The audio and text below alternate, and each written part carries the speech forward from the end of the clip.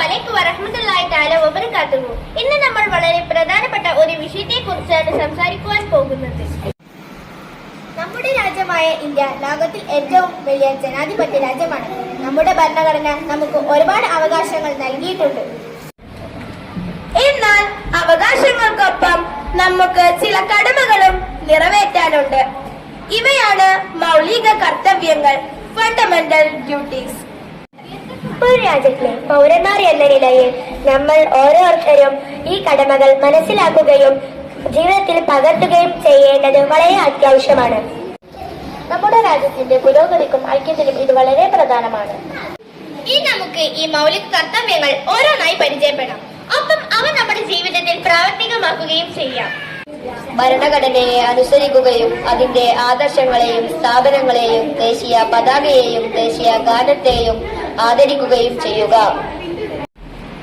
സ്വാതന്ത്ര്യത്തിന് വേണ്ടിയുള്ള നമ്മുടെ ദേശീയ സമരത്തിന് പ്രചോദനം നൽകിയ മഹനീയ ആദർശങ്ങളെ പരിപോഷിക്കുകയും പിന്തുടരുകയും ചെയ്യുക.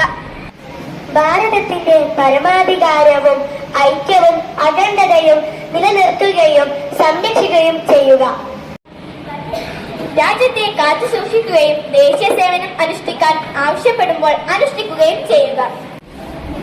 മതപരവും ഭാഷാപരവും പ്രാദേശികവും വിഭാഗീയമായ വൈവിധ്യങ്ങൾക്കതീതമായി ഭാരതത്തിലെ എല്ലാ ജനങ്ങൾക്കുമിടയിലും സൗഹാർദ്ദവും പൊതുവായ സാഹോദര്യ മനോഭാവവും പുലർത്തുക. സ്ത്രീകളുടെ അന്തസ്സിന് കുറവ് വരുത്തുന്ന ആചാരങ്ങൾ പരിത്യജിക്കുക. നമ്മുടെ സമ്മിശ്ര സംസ്കാരത്തിന്റെ സമ്പന്നമായ പാരമ്പര്യത്തെ വിലമതിക്കുകയും നിലനിർത്തുകയും ചെയ്യുക.